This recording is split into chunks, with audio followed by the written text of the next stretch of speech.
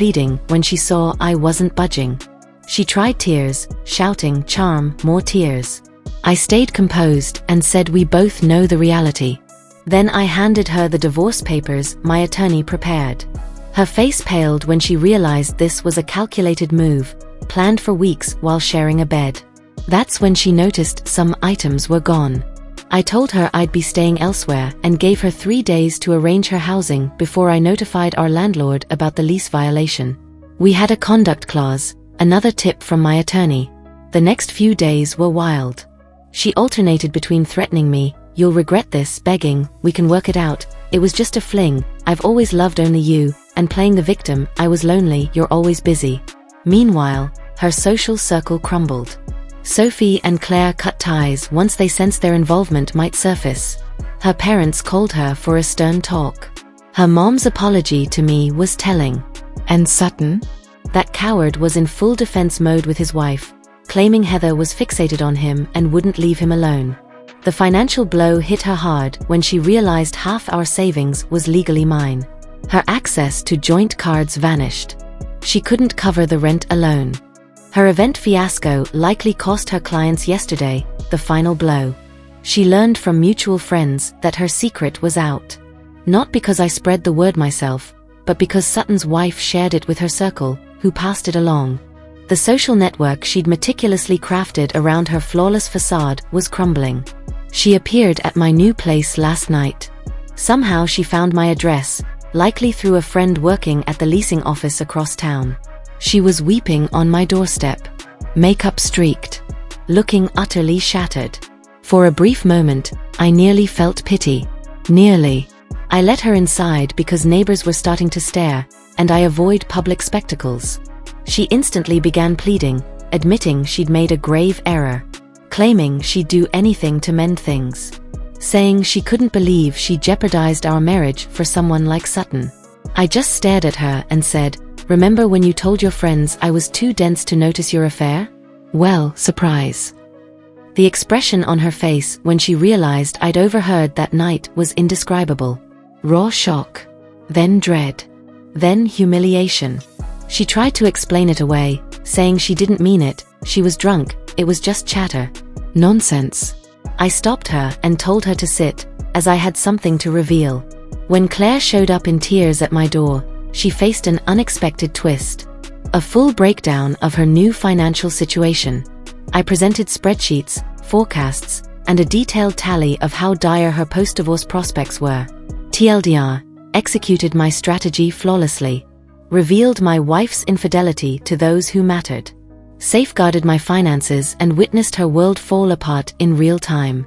She begged for mercy but received a financial wake-up call instead. Final update, it's been 6 months since my last post. First, thanks for the messages checking on me. I'm alive. Just needed space to process before wrapping up this chapter. Think of those YouTube clips where they demolish old structures. Small precise blasts before the whole thing caves in. That's what happened to my ex-wife's life. And I had a prime view. The morning after Claire's tearful visit, I woke to an odd peace. For the first time in months, I slept through without that 3 a.m. gut twist.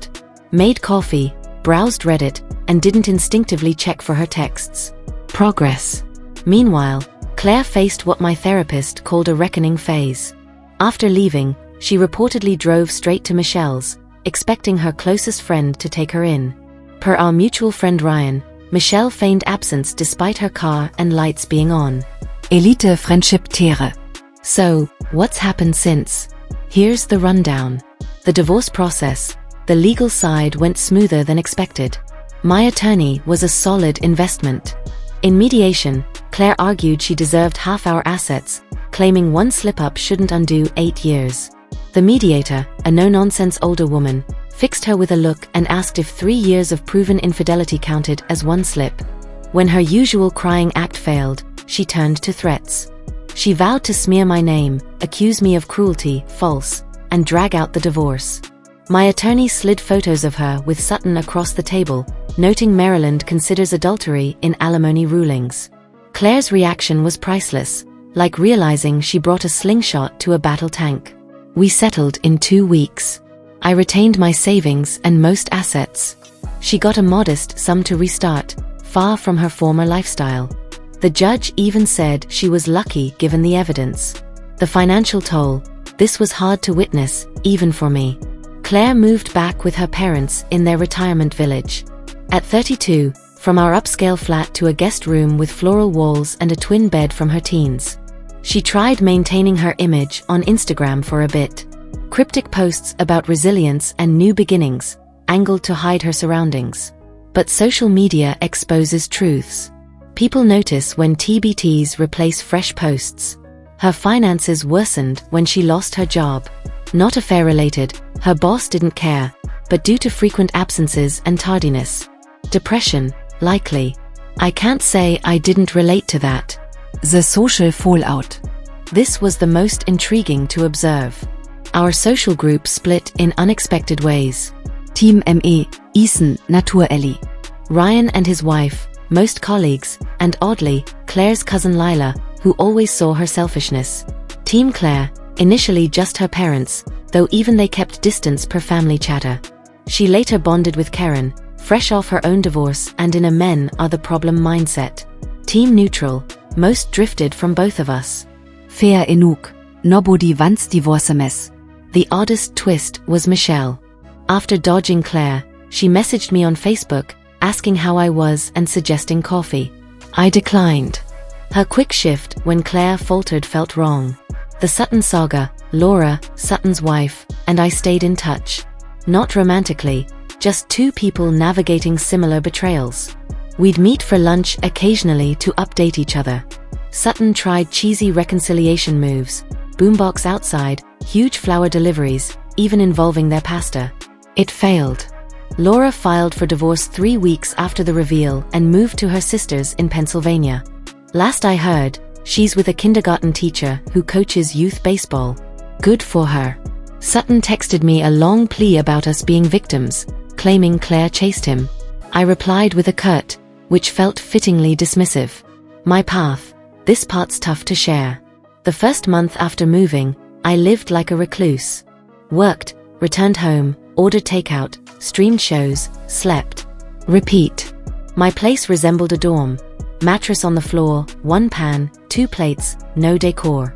Ethan staged an intervention one Saturday with bagels, forcing me to open up. I'm not one to cry, but that day broke me. Confessed things I'd buried. Under the rage, I was just grieving.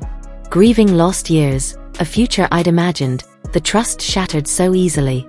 Afterward, I started therapy. Found a specialist via BetterHelp for betrayal trauma.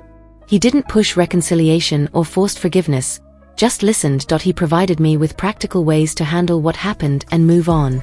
Small changes followed. Bought a proper bed frame. Joined a nearby soccer club. Started accepting invites to gatherings instead of dodging them. Began cooking again instead of relying on frozen meals and protein drinks. 2 months ago, I went on my first date since the split. Nothing deep, just coffee with a woman I met through a hiking group I joined. It was clumsy as hell. I'd forgotten how to chat with someone new. But it was a beginning. The final encounter. Last week, something surprising occurred. I was at a hardware store picking up paint for my new place. Finally tired of blank walls. When I accidentally collided carts with Claire. She looked different. Hair shorter, style more subdued. For a moment, we both froze. Then she asked if we could talk briefly. Against my instincts, I agreed. We sat on a bench outside, clutching our store bags like barriers. She started with a sincere apology. No justifications, no finger pointing. Just owned up to how deeply she'd wounded me and how she's been working to understand her actions. I'll admit, I braced for manipulation, tears, or a reconciliation plea. But it didn't happen. She just wanted me to know she was sorry. That she's in therapy too. And that she hoped I was doing all right. Then she mentioned moving to Chicago for a new start. Had an interview lined up and was crashing with a college friend until she settled. The oddest part? I felt nothing. No rage. No hurt. No triumph over the outcome. Just emptiness. Like watching the end of a series I'd lost interest in midway. We parted awkwardly. No embrace. Just a nod. As she walked off, she glanced back and said something that lingered. I know it doesn't count now, but I truly did love you. I just didn't know how to love anyone properly, including myself. I stood there as she drove away, reflecting how 6 months ago, that moment would have crushed me again. Now it was just an odd Tuesday errand with an unexpected past encounter. Where I stand now, my new space is taking shape. It's smaller than our old place, but it's mine. No emotional traps. No memories hiding in shadows. Just a spot slowly becoming home. Work is steady. Friends are solid. I'm okay. Most days, anyway. There are still instances when a tune plays or I see something that recalls her, and it stings. But those moments grow rarer. Yesterday, I erased all evidence files from my device. Kept backups in a safe, just in case, but I don't need those records cluttering my digital world anymore. It felt symbolic, like clearing life's clutter. I've started seeing someone new. Going slow. Check knows the basics, note the gritty details. She's patient with my trust hesitations and gives me room when needed.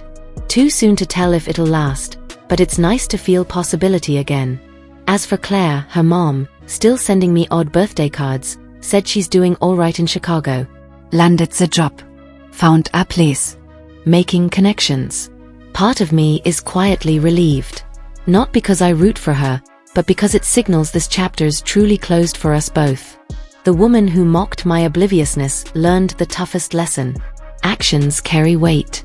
Reputations take years to build, moments to shatter. And once trust is lost, some things can't be mended. And me? I discovered I'm tougher than I thought. That starting anew isn't surrender, and the best response isn't ruining someone else's life.